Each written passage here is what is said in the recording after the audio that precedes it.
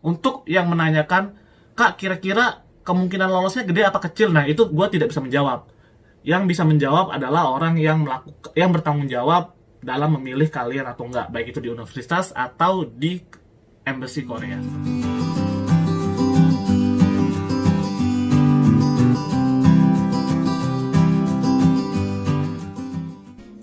Nextnya, dokumen-dokumen yang harus dipersiapkan.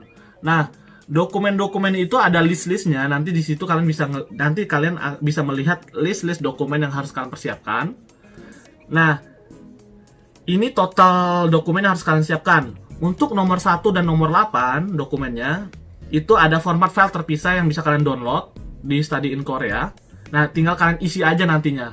Dan di video ketiga, gue akan menunjukkan ke kalian bagaimana cara mengisi dokumen nomor 1 dan nomor 8 ini.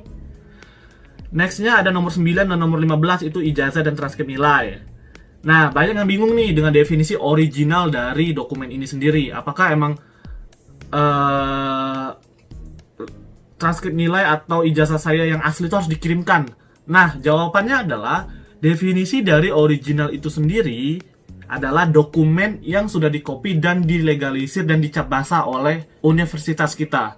Jadi biasanya kan kalau seandainya kita lulus tuh dapat ijazah, kita dapat kopian dan dapat yang dilegalisir cap basah. Nah, itu adalah yang dikatakan original. Dan kopiannya adalah ya kita fotokopi, tidak ada cap basahnya di situ. Lalu nomor 16 itu adalah bukti kewarganegaraan. Bisa kalian mencantumkan paspor kalian atau KTP. Kalau KTP otomatis kalian harus mentranslate dalam bahasa Inggris dan harus dilegalisir oleh notaris. Sedangkan untuk paspor, kalau menurut saya sih tinggal dilegalisir saja, tidak perlu di translate. Nomor 17 adalah bukti kewarganegaraan ibu bapak kalian. Nah, ini juga banyak yang bingung. Nah, kalau gue ketika mendaftar, ini gue mencantumkan kartu keluarga. Karena di kartu keluarga itu kan ada list nama orang tua, ibu bapak, anak, dan ada nama kita juga di situ kan. Nah, yang gue cantumkan adalah kartu keluarga dan KTP kedua orang tua gue, karena kebetulan kedua orang tua gue nggak punya paspor, jadi gue menggunakan KTP mereka, dan dari KTP dan KK itu bakal di matchingkan. Nah, KK dan KTP itu sendiri pun gue translate di penerjemah tersumpah dan gue legalisir di notaris seperti itu. Untuk 19 dan 21 itu kita hiraukan aja, nggak apa-apa, nggak masalah. Dan untuk dokumen 22 dan sampai 25 itu bentuknya opsional. Baik itu dari sertifikat bahasa, juga ada, kalau seandainya nih kalian nih punya Word atau punya research dan kawan-kawan, itu juga penting. Makanya saran gue ketika di video yang pertama gue sebutkan, prepare untuk dokumen ini sendiri itu nggak cukup hanya 1 bulan 2 bulan. Kalian harus prepare-nya sekitar minimal 1 tahun kalau menurut gue. Kenapa? Kalian kan ingin mengumpulkan poin sebanyak-banyaknya tuh. Nah, salah satunya adalah ya kayak tadi tes bahasa, lalu ikut lomba-lomba, ikut seminar-seminar nasional. Nah, itu bakal menjadi poin positif sendiri buat kalian. Dan juga untuk mentranslate itu sendiri pun nggak gampang. Banyak dokumen yang harus kalian translate karena dokumen kita mostly adalah menggunakan bahasa Indonesia. Jadi, yang gue lakukan ketika gue mendaftar adalah gue pertama ikut tes TOEIC. Terus lalu itu gue ikut, ada ini nih Word, itu dapat nilai tambahan. Ikut seminar-seminar, ikut seminar juga dapat nilai tambahan.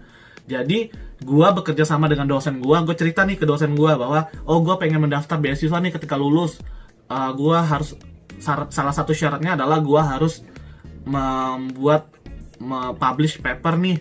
Bisa tingkat nasional juga nggak masalah karena nggak ada larangan, dan kalau bisa juga ada lomba-lomba saya pengen ikut. Nah, di situ gue curhat dengan dosen, dan kebetulan dosennya juga kooperatif. Dosennya setiap ada informasi memberitahu ke gua, dan akhirnya gua mensubmit, ketika mendaftar itu mensubmit award yang kebetulan gua menang lomba dan gua dapat peringkat 3, dan kebetulan waktu itu gua presentasi di Beijing, dan itu hasil dari award itulah yang gua kirimkan. Dan yang kedua adalah research gua sendiri, research secara internasionalnya, dan juga research seminar nasional yang waktu itu diadakan di kampus gua. Nextnya adalah poin nomor 26 dan 27, dokumen 26-27. Nah, paspor dan tes kesehatan. Nah, ini juga nggak harus kalian langsung kirimkan pada saat itu. Kalian bisa mengirimkannya setelah kalian lulus ronde kedua atau setelah interview seperti itu. Nah, di sini sendiri ada himbauan yang harus kalian perhatikan. Himbauannya adalah Pertama, semua dokumen harus menggunakan bahasa Inggris atau bahasa Korea dan disahkan oleh notaris. Itu yang harus kalian ingat. Jadi semua dokumen harus dalam bahasa Inggris dan bahasa Korea.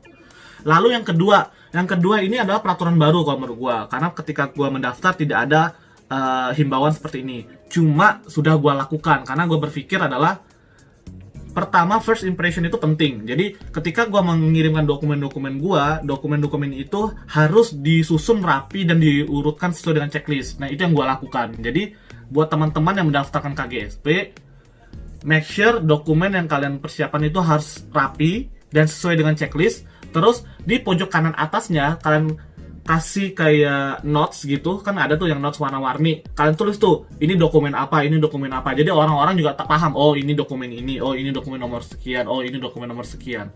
Nah, itu akan mempermudah dan first impression teman-teman orang-orang yang mengecek dokumen kalian bakal, oh oke, dokumen ini oke nih, ayo kita tes, seperti itu.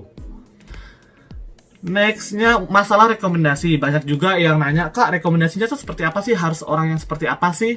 Nah, buat teman-teman yang mendaftar S2 dan S3, contohnya rekomendasi gue minta dari 2 orang, karena kan dimintanya 2. Pertama itu gue minta dari dosen pembimbing gue, terus yang kedua gue minta dari dekan gue. Nah, gue ceritakan ke mereka, gue langsung to the point ke mereka bahwa gue setelah lulus S1, gue pengen planning daftar beasiswa ini. Bisa tidak memberikan gue rekomendasi. Untuk rekomendasi sendiri sudah ada formatnya, tinggal mereka ngisi kita tuh orang seperti apa menggunakan bahasa Inggris. Seperti itu. Nah, nantinya setelah mereka buat, gue kirimkan formatnya, mereka buat, bisa mereka ketik, bisa mereka tulis tangan, nanti mereka sign. Nah, lalu harus dimasukkan ke amplop.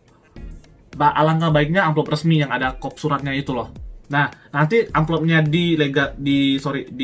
ditutup, dilem, disegel. Nah, segelnya itu harus ditandatangan sama mereka atau dicap sama mereka, dicap dan ditandatangan. Tujuannya adalah biar KGSP atau NID itu make sure bahwa rekomendasi ini valid, tidak dibuat-buat oleh kalian sendiri, seperti itu. Dan yang terpenting adalah yang ini nih yang harus kalian pahami. Kan ada 2 tuh, ada embassy track dan ada university. Daftarnya ada via universitas, ada via embassy atau kedutaan besar Korea di Indonesia. Nah, yang melalui embassy itu kalian harus mengirimkan 1 set original aplikasi dan 3 kopian. Jadi ada 4 kopi. 1 yang asli, 1 set yang asli dokumen-dokumennya, 3 lagi kopian. Tujuannya apa? Karena 1 itu dokumennya untuk nantinya NID pemerintah Korea, yang 3-nya itu bakal dikirimkan ke universitas yang ingin kalian daftarkan. Karena via embassy kan kalian bisa milih 3 universitas. Nah, untuk yang via universitas itu hanya cukup rangkap 1 aja. Kalian langsung kirim. Untuk yang via embassy kalian langsung kirim ke Jakarta, kedutaan besar Korea di Jakarta. Dan untuk universitas kalian harus mengirimnya ke Korea langsung menggunakan jasa pengiriman internasional. Pada saat itu gue pakai apa ya? Gue lupa. Gue pakai FedEx kalau nggak salah ya, gue lupa. Karena yang gue jelaskan di video yang pertama, gue udah daftar tuh 3 kali. Yang pertama gue daftar via embassy, gagal. Lalu gue daftar via direct universities, juga gagal. Yang ketiga gue daftar via embassy lagi. Dan alhamdulillah keterima, seperti itu. Nextnya adalah selection procedure. Nah, yang tadi gue bilang beberapa mengenai pengiriman dokumen. Yang pengiriman melalui embassy itu bisa langsung ke embassy yang di Jakarta, universitas langsung ke universitas. Untuk deadline sendiri, itu untuk deadline kalian bisa ngelihat karena secara global emang di KGSP-nya ada jadwal-jadwalnya. Cuma untuk detailnya itu kalian harus melihat, misalkan kalian via embassy, kalian harus melihat di deadline yang ada di embassy, karena harus ngikutin itu. Atau di kampus. Nah, kalau misalkan gue daftar di kampus A, dan itu kan harus buka websitenya mereka, harus cari websitenya mereka dan lihat deadline-nya apa aja dan kapan aja, seperti itu. Untuk pemilihan jurusan yang seperti gue jelaskan, via embassy kalian bisa milih 3 universitas dengan jurusan yang sama atau berbeda. Dan yang via university track kalian cuma bisa milih 1 jurusan aja. Untuk prosedur pemilihan sendiri, ini gue akan coba menjelaskan secara global. Untuk embassy itu biasanya mereka yang pertama ada namanya screening dokumen. Jadi ntar dokumen kalian kirimkan, mereka akan screening karena kan banyak tuh yang ngirim. Nah, pada saat itu kalau yang di gua ketika dokumen udah masuk semua, mereka milih 60 dari total sekitar berapa ratus gitu. 60 dokumen. Nah, dari 60 dokumen itu dikirimkan ke atasnya pendidikannya biasanya yang in charge di embassy itu. Nah, dari 60 itu dipilihlah 30 yang akan nanti diinterview oleh kedutaan besar Korea di Indonesia. Nah, setelah pilih 30, kita diinterview. Nah, setelah diinterview kita dipilih 15 pada saat itu kalau nggak salah. 15. Nah, 15 nama itu yang akan dikirimkan ke universitas-universitas di Korea. Nah, nanti 15 itu datanya dikirimkan via universitas. Universitas ada yang melakukan interview, ada tidak. Oke, seandainya oke, data kita dikirimkan ke NIID.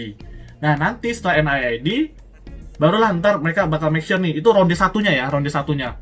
Nah, ronde keduanya adalah nanti NIID mengeluarkan nama-nama. Oke, ini nama-nama yang lolos. Ronde 1. Nah, setelah itu, teman-teman harus,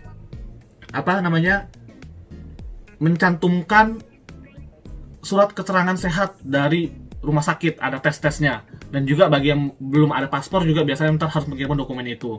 Nah, nanti setelah dokumen yang dikirimkan, dinyatakan sehat, oke, baru ntar itu lulus ronde kedua dan itu final decision kalian lulus atau tidak, bisa ke Korea atau tidak, seperti itu.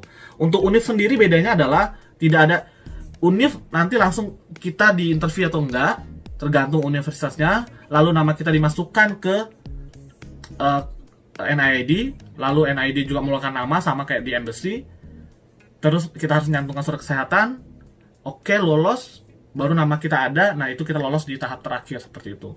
Jadi, embassy dan universitas, kalau boleh jujur, universitas lebih sedikit step by step-nya. Karena di embassy ada dokumen, interview. Jadi, interviewnya bisa 2 kali atau 3 kali. Karena kan ada interview di KBR, di kedutaan besar sendiri, ada juga interview di universitas. Sedangkan universitas hanya di universitas saja, seperti itu. Nah, ini juga ada timeline secara global yang gue jelaskan. Kalian bisa ngelihat sendiri. Nah, paling itu aja untuk guideline-nya. Jadi, nanti teman-teman, gue harap sih dengan video ini teman-teman bisa udah paham nih gambaran umumnya. Oh, seperti ini ya guidelines dari GKS itu sendiri. Nah, jadi teman-teman, gue harap dengan adanya penjelasan video gue ini bisa setidaknya terpahamkan. Untuk yang di bawah-bawahnya itu hanya form-form bentuk form yang harus kalian isi. Jadi nanti itu akan gua sampaikan di next video. Bye bye. Oke, terima kasih. Wassalamualaikum warahmatullahi wabarakatuh. Bye bye.